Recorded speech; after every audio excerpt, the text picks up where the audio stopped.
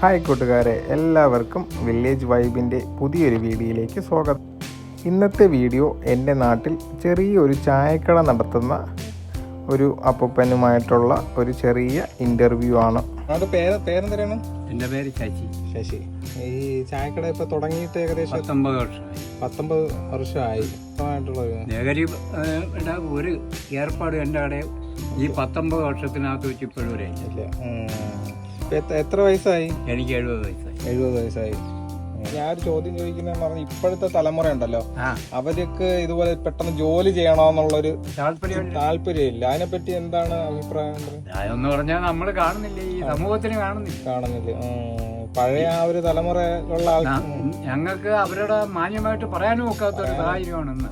അതെ, ഒരു ജോലിക്ക് പോവാന്നുള്ളത് എന്താണ് പോവാന്ന് പറഞ്ഞാൽ എനിക്ക് മനസ്സില്ല എന്ന് പറയുന്ന ഒരു കാലഘട്ടം ആയിപ്പോയി. പക്ഷെ നമ്മളെ തലമുറയിലൊന്നും അങ്ങനെയല്ല. നമ്മൾ അധ്വാനിക്കുക. ആ അധ്വാനം ഇന്നും നടക്കുന്നുണ്ട്. തൊഴില് നമ്മൾ സ്വയം കണ്ടെത്തിയാണ്. എന്ന് പറഞ്ഞാൽ ഞാൻ പാറപ്പണിയായി മേശം പണിക്ക് എല്ലാത്തിനും പോയിട്ടുണ്ട്. പഴയ കാലത്തേക്ക് ഓർമ്മകള്?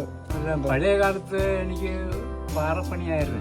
ആദ്യമൊക്കെ പാറപ്പണി കൂലിക്കും സ്വന്തമായിട്ട് ഉള്ള പണി ആയിരുന്നു. ഇവിടെ ചായ കച്ചവടം നടക്കുന്നുണ്ടോ? തുടക്കത്തിലൊക്കെ നല്ല കച്ചവടം ഉണ്ടായിരുന്നു. തുടക്കത്തിൽ 4 കരയ്ക്കുമുള്ള ആൾക്കാർ എന്നെ ഇവിടെ ചായ കുടിക്കുന്നത്. മൊത്തത്തിൽ ചായക്കട ആയല്ലേ, ആയതുകൊണ്ട് കുറച്ച് എന്നാലും എന്റെ ചായ കുടി നടക്കും. ഞാൻ കാര്യങ്ങൾ നടക്കും. അത് നടക്കും. ഇപ്പൊ വയസ്സ് എത്രയായി? 70 വയസ്സായല്ലേ.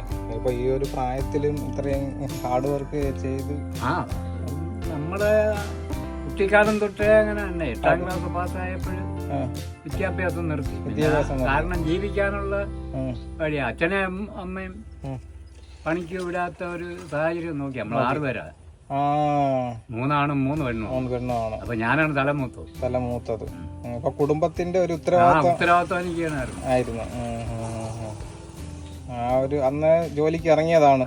ജോലിക്ക് ഇറങ്ങി. പിന്നെ നേരെ ഇളയതും 2 വയസ്സിനുള്ളതാണ് എന്റെ അനിയൻ. നമ്മള് രണ്ടും കൂടെ കുടുംബത്തെ അങ്ങ് നോക്കി.